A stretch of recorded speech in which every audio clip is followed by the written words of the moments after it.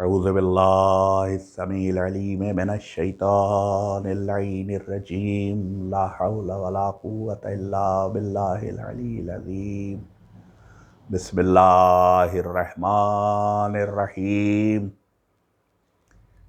انا للہ و انا الیہ راجعون سیعلم الذین ظلموا ای منقلب ینقلبون۔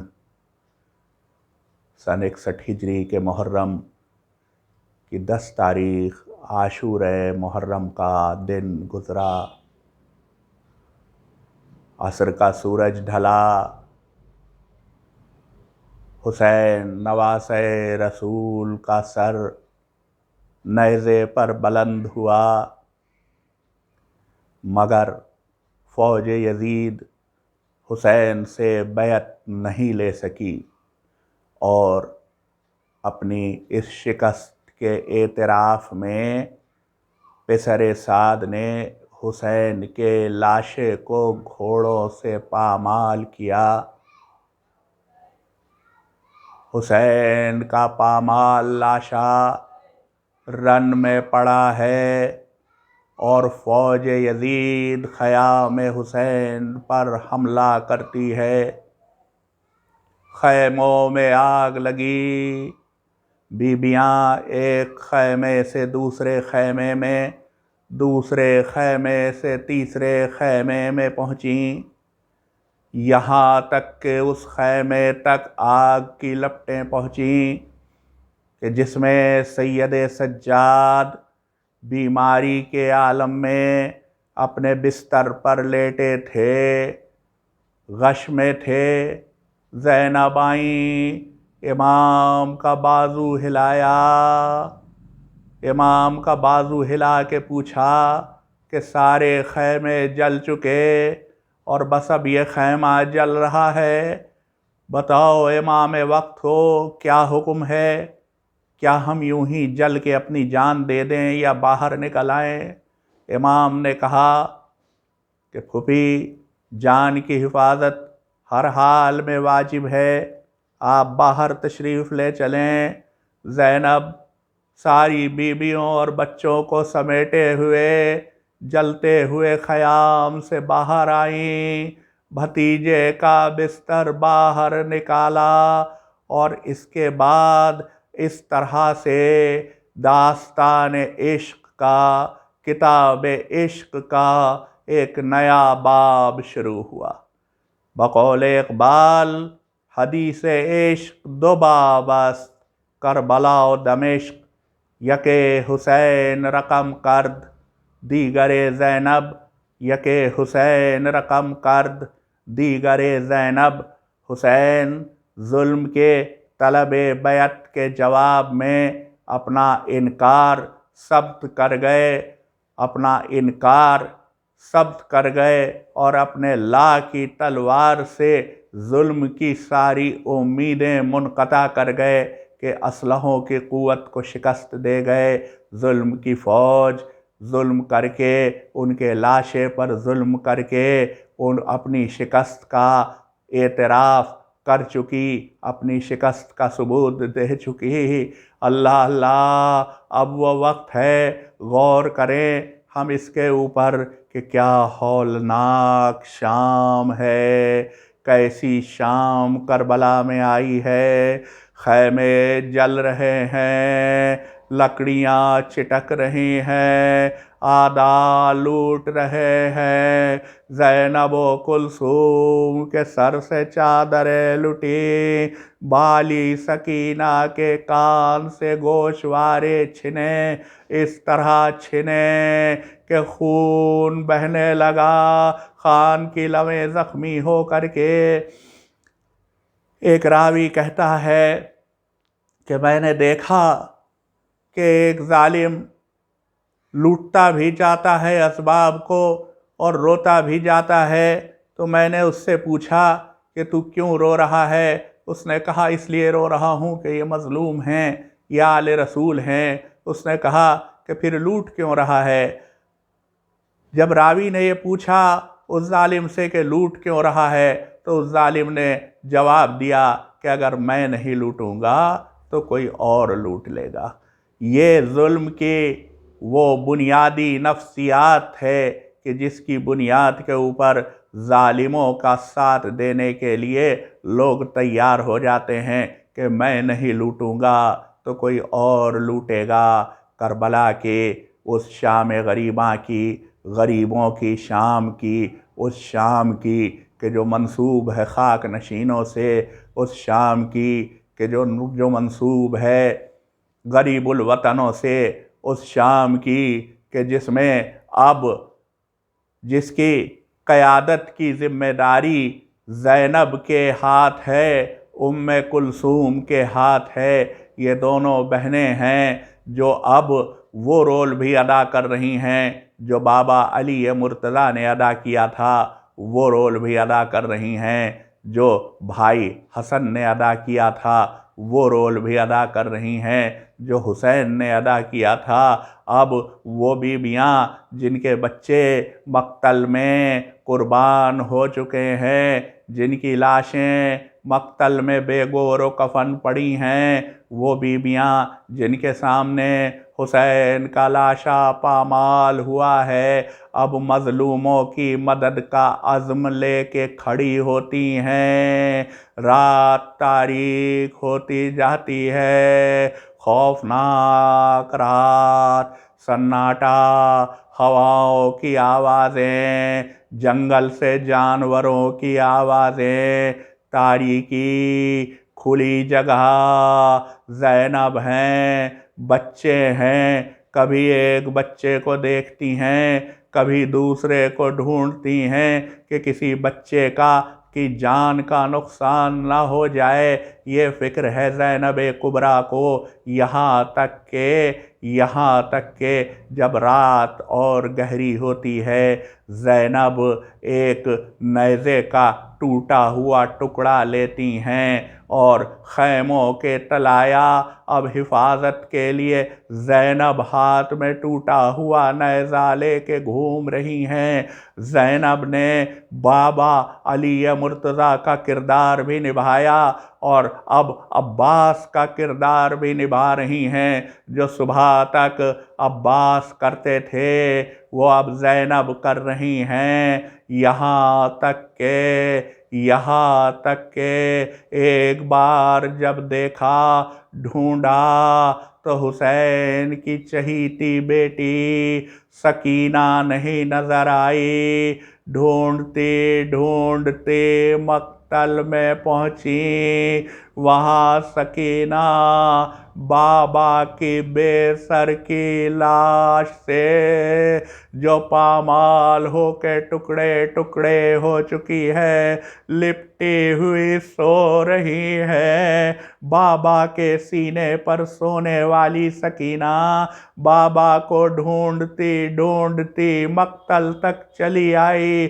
زینب آگے بڑھی، بی بی کو ساتھ لیا، واپس خیام میں آئیں۔ اس ہولناکی کا تصور ہم اگر چشم تصور سے کریں کہ کیسی ہولناکی ہے، اللہ تعالیٰ کا وہ عذاب بھی جو فرعون پر نازل ہوا، جو شداد پر نازل ہوا، جو تمام پرانے ظالموں پر نازل ہوا، وہ اس وقت اس امید کے اوپر، خود اس امید کے اوپر سو رہا ہے کہ اب زینب جاگ گئی ہے، اب زینب جاگ رہی ہے، اب انقلاب، اب عدل، اب انصاف کی ضامن زینب ہے۔ آپ جانتے ہیں ظالموں کا ایک حربہ یہ ہے کہ جب ان کا ظلم ناکام ہو جاتا ہے، جب وہ مظلوموں سے اپنی بات نہیں منوا پاتے ہیں، تو پھر ان کا آخری حربہ یہ ہوتا ہے کہ ان کا ارادہ ہوتا ہے کہ وہ اس تمام واقعے کو انسنا کروا دیں، وہ اس واقعے کی ایسی تعبیر کریں، اس طرح پیش کریں کہ دنیا کے مظلوموں کو پتہ ہی نہیں چلے کہ ان کے لیے کسی نے کس طرح قربانیاں دیں اور ظلم اپنی کن حدوں تک پہنچا۔ تو اب آگے ظالموں نے جنہوں نے حسین سے بیعت لینے میں تو ناکامیابی حاصل کی، یہ ارادہ کر رکھا ہے کہ حسین سے نہ صحیح، حسین کے بچوں سے، حسین کی بہنوں سے، حسین کے بیٹے سے مصائب میں، تکلیفوں میں، اسیری میں کہیں نہ کہیں ان کی زبان سے یہ بات تو نکلے گی کہ کاش کہ حسین نے بیعت کر لی ہوتی، اور کوئی تو ان میں سے کہے گا کہ حسین نے بیعت نہیں کی تھی تو ہم بیعت کیے لیتے ہیں۔ مگر واہ رے زینب، یہاں سے حسین کے انقلاب کا علم زینب کے پاس ہے، یہاں سے زینب ضامن ہیں۔ فاتح کربلا اگر حسین ہیں تو فاتح کوفہ و دمشق زینب بنے گی۔ زینب برہنہ سر، زینب اونٹ پر بچوں کو ساتھ لیے، زینب جس کے گلے میں رسن بندھی ہوگی، ایک رسن جس میں 12 گلے بندھے ہوں گے۔ زینب یہاں سے مقتل سے ہوتی ہوئی بھیا کی بے کفن لاش کو دیکھتی ہوئی شہداء کے سروں کے ساتھ ساتھ کوفے جائے گی، اور کوفے میں وہ تقریر کرے گی کہ جس سے کوفے میں انقلاب کا بیج، انقلاب کی تخم ریزی ہو جائے گی، اور انقلاب بہت جلد پھر اسی کوفے میں پھوٹے گا۔ پھر یہیں سے یزید کی اس ظالم فوج کا قلع قمع ہوگا، یہیں کے لوگ اٹھ کے کھڑے ہوں گے۔ کوفے میں ابن زیاد جب زینب سے شکست خوردہ ہو گیا، جب زینب سے ہار گیا، تو اس نے چاہا کہ اب زینب کو دمشق بھیج دیں۔ لمبے راستے سے راہ کی صعوبتیں، سامنے سید سجاد پیدل، گلے میں خاردار طوق، ہاتھوں میں ہتھکڑیاں، پیروں میں بیڑیاں پہنے پیدل چل رہے ہوں گے، اور زینب جب ان مصائب سے گزرتی ہوئی دمشق پہنچیں گی تو یقیناً زینب کی ہمت ٹوٹ چکی ہوگی۔ مگر واہ رے زینب، آپ نے اپنے ہر قدم کو ضامن انقلاب حسینی بنا لیا۔ آپ دمشق تک گئیں، دمشق کے بازار سے گزریں۔ دمشق جب قافلہ پہنچا تو قافلے کو روکا گیا، اس لیے روکا گیا کہ دربار یزید آراستہ کیا جا رہا تھا۔ زینب دمشق سے ہوتی ہوئی، اس دمشق کے بازار سے ہوتی ہوئی جس دمشق میں کوئی علی کا نام نہیں جانتا تھا، کوئی حسین کا نام نہیں جانتا تھا، گزریں، اپنا تعارف کراتی گزریں، اپنے بھیا کے مقصد کو بتاتی گزریں۔ اس طرح گزریں کہ دمشق والے خود حیرت زدہ کہ یہ کیا ہوا، یہاں تک کہ دربار یزید میں زینب نے وہ خطبے دیے اور سید سجاد نے وہ خطبے دیے کہ یزید کے دربار میں خود خلفشار پیدا ہوا، اور یزید کو مؤذن کو حکم دینا پڑا کہ سید سجاد کے خطبے کو منقطع کرنے کے لیے اذان کہے۔ مؤذن نے اذان کہی، اشہد ان لا الہ الا اللہ۔ سید سجاد نے کہا، اشہد ان لا الہ الا اللہ۔ مؤذن نے پھر کہا، اشہد ان لا الہ الا اللہ۔ سید سجاد نے دہرایا، اشہد ان لا الہ الا اللہ۔ مؤذن نے کہا، اشہد ان محمد الرسول اللہ۔ سید سجاد یزید کی طرف مڑے اور کہا، یزید سچ بتا دے سب کے سامنے کہ یہ محمد جن کی رسالت کا اعلان مؤذن کر رہا ہے میرے جد تھے کہ تیرے جد تھے۔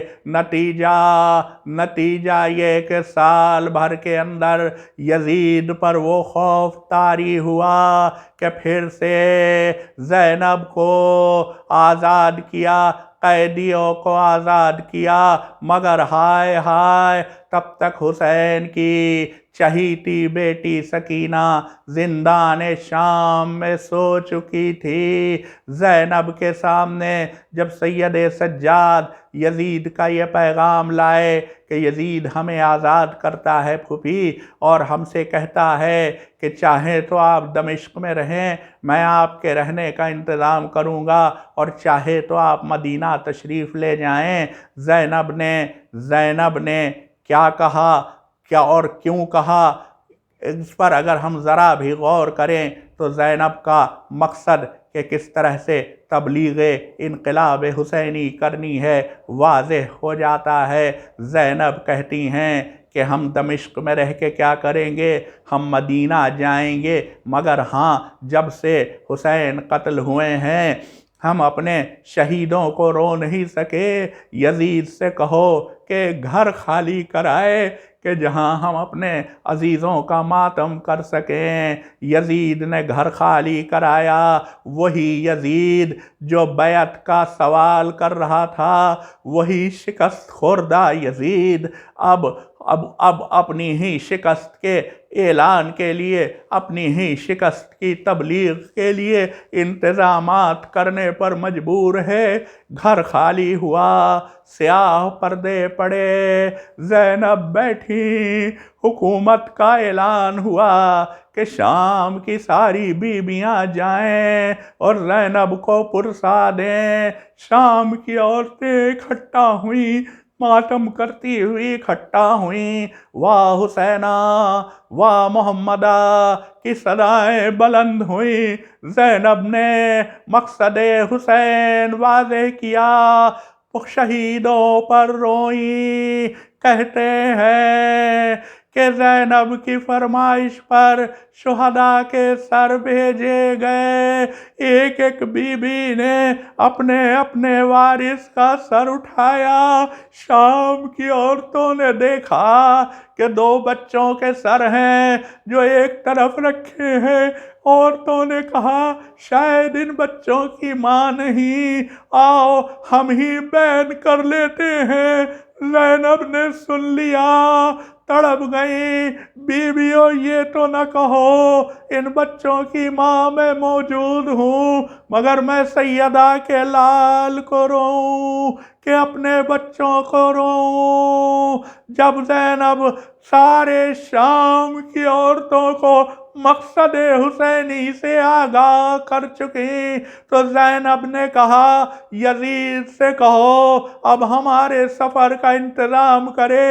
وہی قافلہ جو لٹا ہوا آیا تھا اب سجا ہوا جاتا ہے، عزت کے ساتھ جاتا ہے، عماریاں ہیں، سیاہ پردے ہیں، یزید کی فوج پہرے کے لیے ہے، جسے حکم ہے کہ قافلے سے الگ الگ قیام کرنا تاکہ ان کی آوازیں نہ آئیں۔ قافلہ سالار نے پوچھا کدھر سے چلے، سیدھے مدینہ یا کربلا؟ زینب نے کہا کربلا۔